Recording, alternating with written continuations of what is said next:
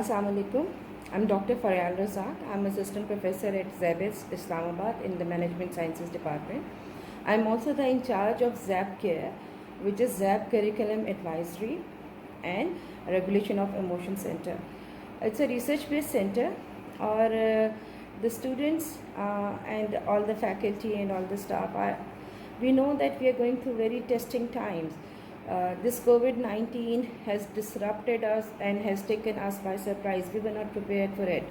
But since it's been more than 4 weeks now, so I am here to share a few techniques with you guys that would help you to stay calm during this stressful situation. First of all, let's understand what stress is. Stress is simply put is an expectation between a gap between your expectation and reality. The closer the gap, the less the stress, and the larger the gap, the more the stress.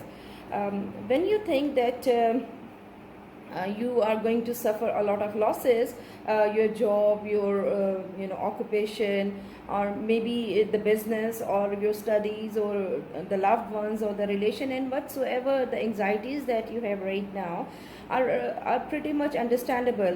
Everybody in the world right now is going through some sort of the same phases. So first you need to understand that what you're feeling, you have to sit down with yourself.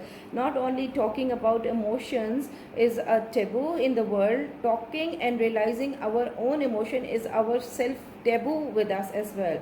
So first of all, understand what you're feeling.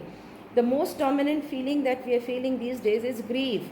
We are feeling the anticipatory grief of the losses that could happen due to COVID-19. We are grieving the loss what it used to be. We are grieving the loss of the things that we are stuck with and we are not able to do, and we are grieving the loss that the anticipated loss that we see in the future.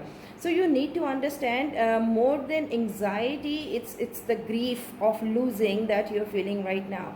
And how to mitigate that stress is that you understand that your mind works by making scenarios. The mind has never encountered such situation to make any scenario, so it makes worst case scenario for you. So what quick tip I can give you is that when you have some anxious thoughts, first of all, try deep breathing. What happens is that when your mind is in a stressful or a very extreme emotional state, it tends to go into this amygdala hijack, which means that your rational brain is shut down and your mind is preparing your body for your primal instinct, that is fight, flight, or freeze.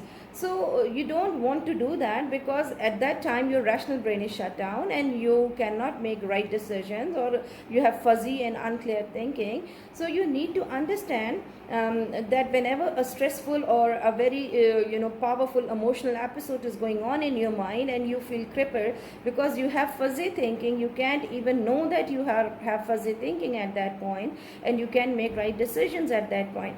So try breathing exercises. It regulates your emotional balance, and it brings you to the right mind, because your mind get to know that if your breathing is in your control, the situation is actually not that stressful or life threatening. So practice your breathing exercises, meditate regularly. I will be sharing tips for meditation and mindfulness techniques as well.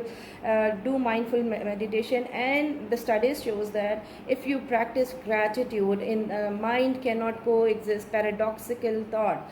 Like if you are very anxious thoughts and you have very gratitude thoughts, they cannot coexist. So as less as 5 minute gratitude can lower your cortisol levels, which are the hormones that are released in your body in a very stressful situation, by 23%. So practice meditation, practice gratitude, and try to mitigate every negative thought with a very positive and a very up-thinking thought, that what the thing that you can do right now.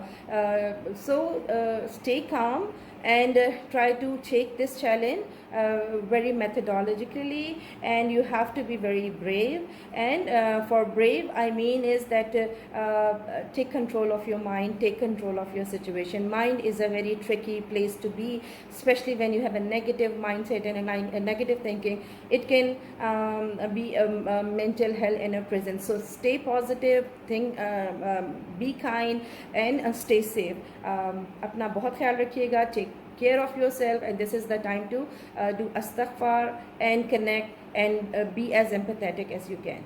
Please take care of yourself.